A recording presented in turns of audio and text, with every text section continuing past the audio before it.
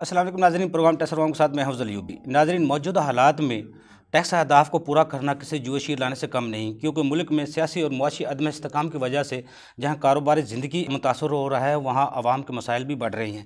Punjab revenue authority मौजूदा हालात में किस तरह अपने टैक्स टारगेट को पूरा कर रही है, उसकी क्या पॉलिसीज़ हैं, उसकी क्या परफॉर्मेंस हैं, इस पर आज हम गुफ्तगू करेंगे। उमर फ़ारूक साहब, सबसे पहले तो ये बताइएगा, जो आपके टैक्स टारगेट हैं ऐसे हालात में वो पूरे हो रहे हैं, और कितनी ग्रोथ है, कितना टारगेट था आपका? मेजर जो इसके पीछे जो इसको अचीव करने के पीछे एक हमारी स्मार्ट वर्किंग स्ट्रेटजी है हमारे तमाम अफसरान की। उसके साथ साथ जो हमारी ओपन डोर पॉलिसी है, आप देख लें कि हमारे ऑनरेबल चेयरपर्सन से लेके ऑफिसर्स तक कोई भी टैक्स पेयर बगैर अपॉइंटमेंट जो है हमारे पास आ सकता है और अपना इशू या आके डिस्कस कर सकता है और उसको रिजॉल्व करा सकता है। ठीक है। आप देखें कि हम लोगों ने टैक्स पेयर एजुकेशन और अवेयरनेस पे ज़्यादा फोकस रखा है, ना कि इन्फोर्समेंट पे, क्योंकि इस चीज़ को ऐसे देखा जा सकता है कि जो टैक्स कलेक्शन है ना, अगर पूरी दुनिया में, ये परसुएसिव मेजर से बेहतर होती है ना कि हार्श मेजर से। तो आप ये देखें कि लोगों के पास जब लोग हैं कि लोग टैक्स देना चाहते हैं, लोगों के पास अगर सही तरीके से अवेयरनेस पहुंचेगी ना तो लोग फिर टैक्स देते हैं, और उसी को आप देख लें कि हम लोगों की कलेक्शन बढ़ गई है। जहाँ तक बात है इन्फोर्समेंट की, तो इन्फोर्समेंट देखें, जो कि consistent non compliant service provider है, ज़ाहिर बात है जब हम 3-4 मौके या 5-6 मौके किसी को दे दें और वो तब भी आके अपने आप को कंप्लाइंट ना करे, तो मजबूरन उसको फिर हमें इन्फोर्समेंट मेजर लेना पड़ता है, जिसमें फिर हम यही होता है कि ऑफिसर जो कंसर्न है, जिसको साइन किया जाता है, वो बिजनेस प्रेमिसेस विजिट करके वहाँ पे नोटिस सर्व करता है और उनको ये रिक्वेस्ट करता है कि आप आगे काइंडली इसको रजिस्टर कर लें या अपनी कंप्लायंस को इंश्योर कर लें। इसके साथ साथ हमारी हर सर्विस सेक्टर की वर्कशॉप्स होती हैं, हर सर्विस सेक्टर की पूरी एसोसिएशंस बनी हुई हैं जिनको हम बुला के उनकी वर्कशॉप्स करते हैं और लोगों से हम ओपिनियंस लेते हैं कि हम अपने आप को इम्प्रूव कैसे कर सकें।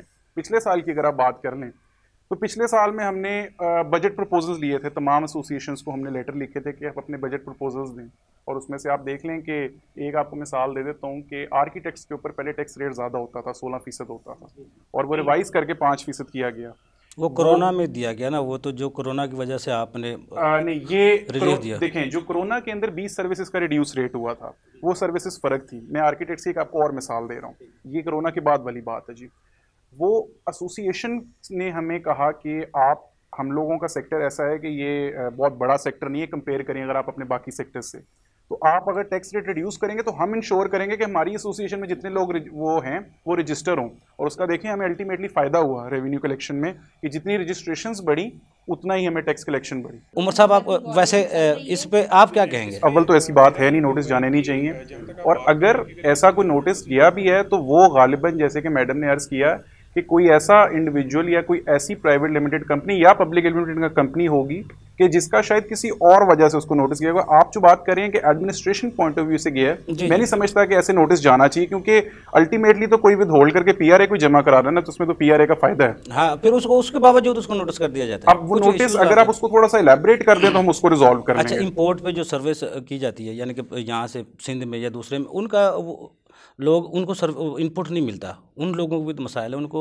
आप जो हमारा एक पुराना इशू चल रहा है सर्विस ओरिजिनेशन और टर्मिनेशन का, आप मेरा ख्याल गालिबन उसकी बात करें कि अगर कोई शख्स यहाँ से बैठ के सर्विस किसी दूसरी जगह पे दे रहा है तो वो उसको कंफ्यूजन आती है, ये डबल टैक्सेशन का इशू आता है। अच्छा, इस पर मैं आपको बताता चलता हूँ, इसको रिजॉल्व करने के लिए पंजाब रेवेन्यू अथॉरिटी ने अभी तक बहुत ज़्यादा इनपुट भी दे चुके हैं, और इस पर तमाम हमारी तरफ से कोई डिले नहीं है। ये मामला इस टाइम एनटीसी में है, नेशनल टैक्स काउंसिल के अंदर है, और होपफुली ये अगले फाइनेंशियल ईयर तक रिजॉल्व हो जाना चाहिए, क्योंकि इसमें टैक्स पेयर्स को इशू आता है। उमर साहब, जिस तरह आपने बताया, ओपन डोर पॉलिसी है, अपने क्लाइंट्स को, हम टैक्स पेयर को क्लाइंट समझते हैं, उनको बेहतर सहूलियात फराहम करते हैं, शिकायत सेल भी आपका बना हुआ है, टैक्स टारगेट भी आप पूरा कर रहे हैं, फिर टैक्स पेयर एतमाद क्यों नहीं करता टैक्स नेट को बढ़ाने के लिए, टैक्स बेस को बढ़ाने के लिए? उसके लिए क्या इकदाम हैं? देखें, मैंने जिस तरह कि थोड़ी देर पहले अर्ज़ किया कि हम लोगों ने टैक्स पेयर एजुकेशन पे जिस तरह फोकस किया है, जी जी, उससे सबसे बड़ा फ़ायदा ये हुआ है कि टैक्स पेयर का डर और खौफ ख़त्म हुआ है। जी जी, अब आज भी जो लोग पीआरए के साथ रजिस्टर्ड हैं या काम कर रहे हैं, आप किसी रैंडम टैक्स पेयर से भी ये सवाल कर सकते हैं कि कभी आप पीआरए के दफ्तर जाएं तो आपको क्या ट्रीटमेंट मिलता है, तो आपको ये कहेगा जी कि अफसर यहाँ पे बात सुनते हैं, हम अपना इशू जाकर डिस्कस कर लेते हैं।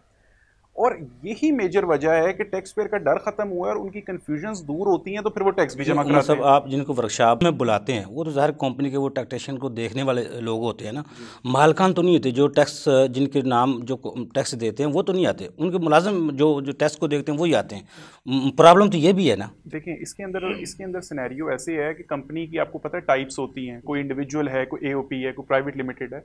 देखिए प्राइवेट लिमिटेड की अगर जहाँ तक बात है तो उसमें हम ऐसा नहीं है कि हमारे पास मालिकान नहीं आते, मालिकान भी आते हैं, लेकिन उसके अंदर हमारा मेजर फोकस ये होता है कि जो लोग फाइनेंस को डिपार्टमेंट को उनका देख रहे हैं, जो कोई फाइनेंशियल्स को देख रहे हैं या अकाउंट्स को देख रहे हैं, वो लोग हमारे पास आए, क्योंकि सारा कंपनी का मैनेज तो टैक्स से रिलेटेड काम उन्होंने करना होता है। और ओनर्स को भी हम लेटर्स भेजते हैं, और ऐसी बात नहीं है कि ओनर खुद तशरीफ नहीं लाते, वो लाते हैं। और उसमें यह है कि एक हमारा सेक्टर है जो कि विद होल्डिंग है, जिससे कि हमें सबसे ज़्यादा टैक्स इकट्ठा होता है। विद होल्डिंग की वर्कशॉप्स अलहदा हैं। इसके साथ साथ हम लोगों की जो कि सर्विस सेक्टर्स, फॉर इंस्टेंस मिसाल के तौर पे रेस्टोरेंट एक सर्विस सेक्टर है, रेस्टोरेंट की एसोसिएशंस की फ़र्क वर्कशॉप्स होती हैं जिसमें कि हम लोगों को बुलाते हैं। और तीसरे लेवल पे जो कि हमारा सॉफ्टवेयर है EIMS, electronic invoice monitoring system, हम उसकी भी वर्कशॉप्स कराते हैं, जिसमें कि हम टैक्स पेयर्स को बुला के गाइड करते हैं कि उन्होंने कैसे उसको इंस्टॉल करना है। जी जी। इसके साथ साथ मैं आपको एक और भी बात बताता चलूँ कि ऑल्दो ये अभी के लिए नहीं, लेकिन ये इन फ्यूचर बहुत बेहतर होगा कि जो फाइनल ईयर के स्टूडेंट्स हैं जो अपना स्टार्टअप्स कर रहे हैं यूनिवर्सिटीज़ के अंदर, अब जिन्होंने अपना कल कारोबार स्टार्ट करना है, हम उनके साथ भी सेमिनार्स करते हैं, जिसमें कि हम उनको पूरा रजिस्ट्रेशन का प्रोसेस और रिटर्न फाइलिंग का प्रोसेस गाइड करते हैं कि वो कल को किसी पे डिपेंडेंट ना हो। उमर साहब, मान लिया ठीक है, टैक्स बेस को बढ़ाने के लिए मैंने पहले आपसे जो सवाल किया था, मैडम से भी किया था, उसको बढ़ाने के लिए क्या इकदाम हैं? जब आप नोटिस जाते हैं नए टैक्स पेयर को टैक्स नेट में लाने के लिए, वो मौजूदा टैक्स पेयर को भी चले जाते हैं नोटिस। अच्छा, इसमें मैं ये आपको बताता चलूँ कि जहाँ तक आपने बात की मौजूदा टैक्स पेयर को नोटिस जाते हैं, तो मौजूदा टैक्स पेयर को नोटिस किस चीज़ का जाता होगा वो मैं आपसे अर्ज़ कर दूँ। मैंने स्टार्ट में बात की थी कि हम लोग कोई हार्श मेयर नहीं ले रहे पिछले 3 साल से।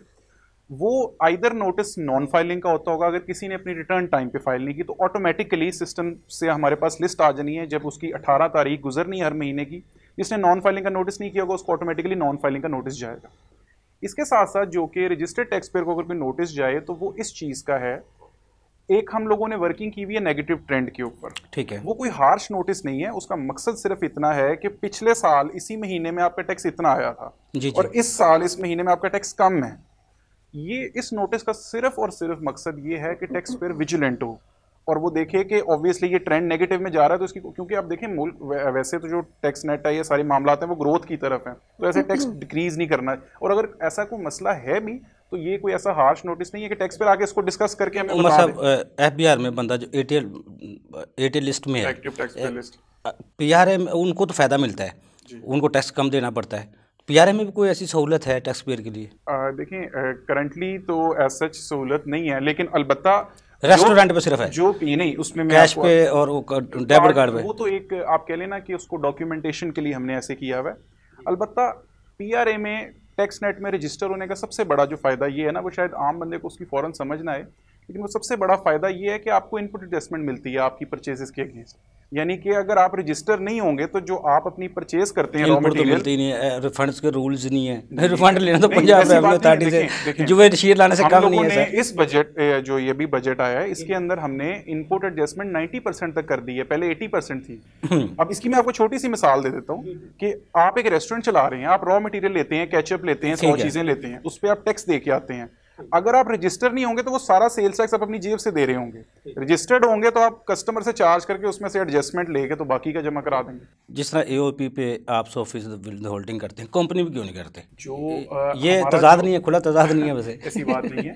प्रॉब्लम ये है कि गवर्नमेंट का जो इस पे स्टांस है, विद होल्डिंग एजेंट किसको करार दिया जाता है? जी जी। Withholding agent government public sector के जो जितने डिपार्टमेंट्स हैं उनको, और प्राइवेट सेक्टर के जो कॉर्पोरेट डिपार्टमेंट्स यानी कि प्राइवेट लिमिटेड कंपनीज, क्योंकि गवर्नमेंट इनके ऊपर एतमाद करती है। इसका मतलब है जिस तरह FBR आज 75 साल बाद विद होल्डिंग 85% पे चला गया, PRA की फिर वही रवश है, विद होल्डिंग की तरफ ही जाना है हमने। देखें विद होल्डिंग का मकसद मैंने आपको फिर वही बताया कि इस पे गवर्नमेंट का स्टांस ये है कि गवर्नमेंट इन लोगों पे ट्रस्ट करती है, जिन लोगों को विद होल्डिंग एजेंट कराएगी, गवर्नमेंट के विद होल्डिंग एजेंट्स है ना जी ये। जी जी। तो इसीलिए प्राइवेट लिमिटेड कंपनीज जो कि एससीसीपी में रजिस्टर्ड होती हैं और इसके साथ साथ जो कि पब्लिक सेक्टर आप डाटा लेते हैं डिपार्टमेंट सारे या दूसरे इदारों से आप देखते हैं हमारे टैक्स पेयर सर्विस में आता है वो?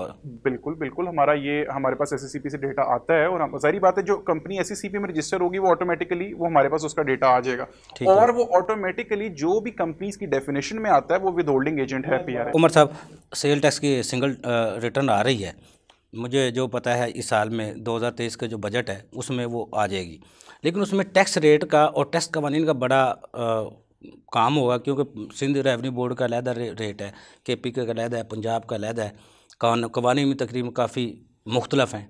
आप क्या समझते हैं ऐसे में वो रिटर्न किस तरह कामयाब होगी और किस तरह टैक्स रेट को एक किया जा सकता है, यकसा किया जा सकता है? देखिए इसमें, क्योंकि पाकिस्तान तो एक है, सूबे बेशक 4 है या 5 है। बेशक ऐसे ही है। इसमें जहाँ तक बात है टैक्स रेट एक होने की, देखिए हार्मोनाइजेशन ऑफ टैक्स रेट पे, जिस तरह से मैंने आपको ओरिजिनेशन और टर्मिनेशन के बताया था कि ये मामला एनटीसी लेवल पे पेंडिंग है, same goes for harmonisation of tax rate, और इस पे कॉन्टीन्यूस अथॉरिटीज़ की मीटिंग हो चुकी है और अब ये मामला एनटीसी पे पेंडिंग है। जिस तरह कि आप अर्ज कर रहे हैं 2023 तक सिंगल टैक्स रिटर्न लॉन्च हो जाएगी एंड हम भी यही बिलीव करते हैं कि ये मामला भी रिजॉल्व हो जाएगा।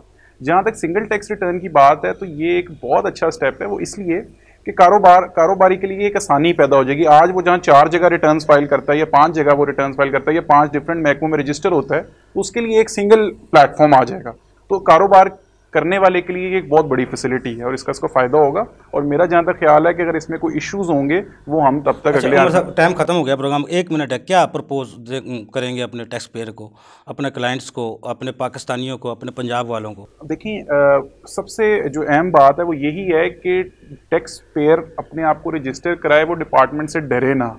जहां अगर उसको कोई इशू आता है तो बजाय इसके कि वो डर के खौफ के मारे वो आए ही ना कि मुझे कोई डिपार्टमेंट पकड़ लेगा, वो आके अपना इशू डिस्कस करे और वो सेटिस्फाई होके जाएगा हमारे से। I ensure that.